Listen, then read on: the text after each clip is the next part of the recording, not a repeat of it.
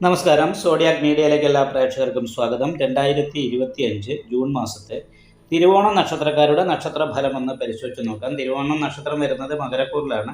മകരക്കൂറുകാരെ സംബന്ധിച്ചിടത്തോളം ചന്ദ്രലഗ്നാധിപതി ഇഷ്ടസ്ഥാനത്ത് മീനൻ രാശിയിലാണ് നിൽക്കുന്നത്. പക്ഷേ 6 വ്യാഴം മറഞ്ഞത് കാരണം കൊണ്ട് ഇത്തിരി വ്യാഴപ്പിഴവുണ്ട്.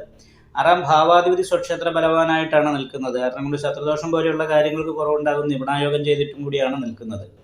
അതുപോലെ തന്നെ 4 ഭാവത്തിൽ നിൽക്കുന്ന ശുക്രൻ കർമാധിപതിയാണ്. കർമ്മത്തിലേക്ക് ദൃഷ്ടി ചെയ്താണ് നിൽക്കുന്നത്. അപ്പോൾ തൊഴിലുമായിട്ട് ബന്ധപ്പെട്ട് അനുകൂലമായിരിക്കുന്ന ഗുണഫലങ്ങൾ അനുഭവിക്കാനായിട്ട് സാധിക്കുന്നതാണ്. എങ്കിൽ പോലും അഷ്ടമത്തിൽ നിൽക്കുന്ന കേതു നടുവേദന പോലെയുള്ള ചെറിയ രോഗങ്ങൾ ഉണ്ടാക്കാൻ സാധ്യതയുണ്ട്. സാമ്പത്തിക ഞെരുക്കം പോലെയുള്ള കാര്യങ്ങൾക്ക് യോഗമാണ്. നല്ല ഉദ്ദേശത്തോടുകൂടി സംസാരിച്ചാലും ചിലപ്പോൾ കേൾക്കുന്നവർക്ക് അപ്രിയമായിട്ട് തോന്നാനുള്ള സാധ്യതയുണ്ട്.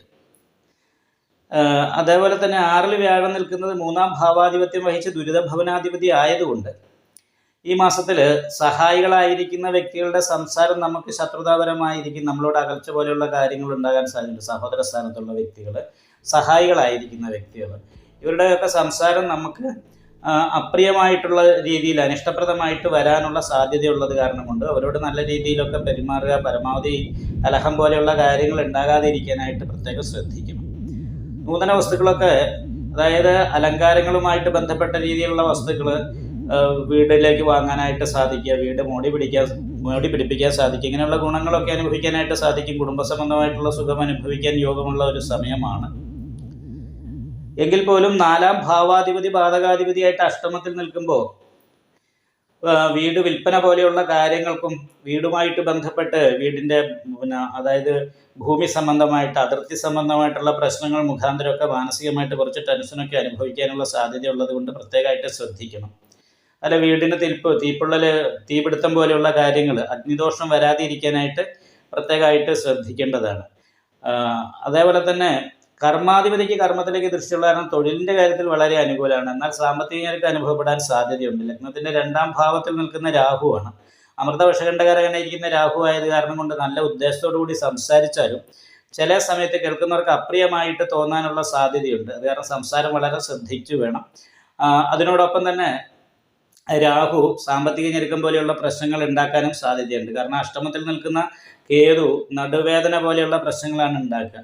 മാത്രമല്ല 4-ാം ഭാവാധിപതിയോട് ചേർന്ന് നിൽക്കുന്ന കാരണം കുടുംബത്തിൽ അസ്വസ്ഥതകൾ ഉണ്ടാകാനുള്ള സാധ്യത ഉണ്ട്. അപ്പോൾ പ്രത്യേകം ശ്രദ്ധിക്കണം. ധർമ്മദൈവ പോലും കോപം പോലെയുള്ള പ്രശ്നങ്ങൾക്കും യോഗമാണ്. അപ്പോൾ അത് കാരണം കൊണ്ട് സുബ്രഹ്മണ്യ സ്വാമി ക്ഷേത്രത്തിൽ യഥാശക്തി വഴിപാടൊക്കെ ചെയ്യേണ്ട സമയമാണ് ഇപ്പോൾ. കാരണം ആ ചൊവ്വ ഭാതകാധിപതിയായിട്ടാണ് സൂര്യക്ഷേത്രത്തിൽ പോയിട്ട് ചിങ്ങൻ രാശിയിൽ പോയി നിൽക്കുന്നത്. അപ്പോൾ അത് രോഗാവസ്ഥ കാര്യങ്ങൾ വർദ്ധിപ്പിക്കുകയും കാര്യങ്ങൾക്ക് തടസ്സങ്ങൾ വരുത്തുകയും ശത്രുത ഉണ്ടെങ്കിൽ അത് വർദ്ധിപ്പിക്കുകയൊക്കെ ചെയ്യും. ദൈവാധീനക്കുറവുള്ളത് കാരണം കൊണ്ടാണ് ഈ പ്രശ്നങ്ങൾക്കൊക്കെ ഇത്ര രൂക്ഷമായിട്ടുള്ള അവസ്ഥ ഉണ്ടാകുന്നത്. അപ്പോൾ ഇതിനു മുമ്പൊക്കെ വ്യാഴം നല്ല രീതിയിൽ 5-ാം ഭാവത്തിൽ നിന്ന സമയത്ത് ദൈവാധീനമുള്ള കാരണം കൊണ്ട് മറ്റ് തടസ്സങ്ങളുണ്ടെങ്കിലും അതത്ര നമ്മളെ ബാധിച്ചിരുന്നില്ല. പക്ഷേ ഈ മാസത്തിൽ അങ്ങനെയുള്ള പ്രശ്നങ്ങളൊക്കെ കാര്യമായിട്ട് ബാധിക്കാനുള്ള സാധ്യതയാണുള്ളത്. സുഹൃത്തുക്കളായിരിക്കുന്ന വ്യക്തികൾ, സഹപ്രവർത്തകർ, ഇങ്ങനെയുള്ളവരും ശത്രുക്കളാകുക, അല്ലെ അവരുടെ പെരുമാറ്റം നമുക്ക് അപ്രിയമാകുക, അല്ലെ നമ്മൾ പറയുന്ന വാക്കുകളൊക്കെ അവർക്ക് മാനസികമായിട്ട് ബുദ്ധിമുട്ടുണ്ടാക്കുക, ഇങ്ങനെയുള്ള പ്രശ്നങ്ങളൊക്കെ ഉണ്ടാകാതിരിക്കാനായിട്ട് പ്രത്യേകം ശ്രദ്ധിക്കണം. വിദ്യാർത്ഥികളെ സംബന്ധിച്ചും പഠനത്തിൻ്റെ കാര്യത്തിലൊക്കെ കുറച്ച് ശ്രദ്ധ കുറയാനുള്ള സാധ്യതയുണ്ട്.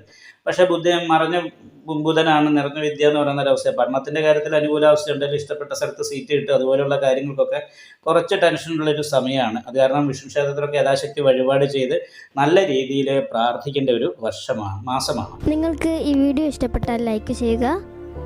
നിങ്ങളുടെ അഭിപ്രായങ്ങൾ കമൻറ്റ് ചെയ്യാം.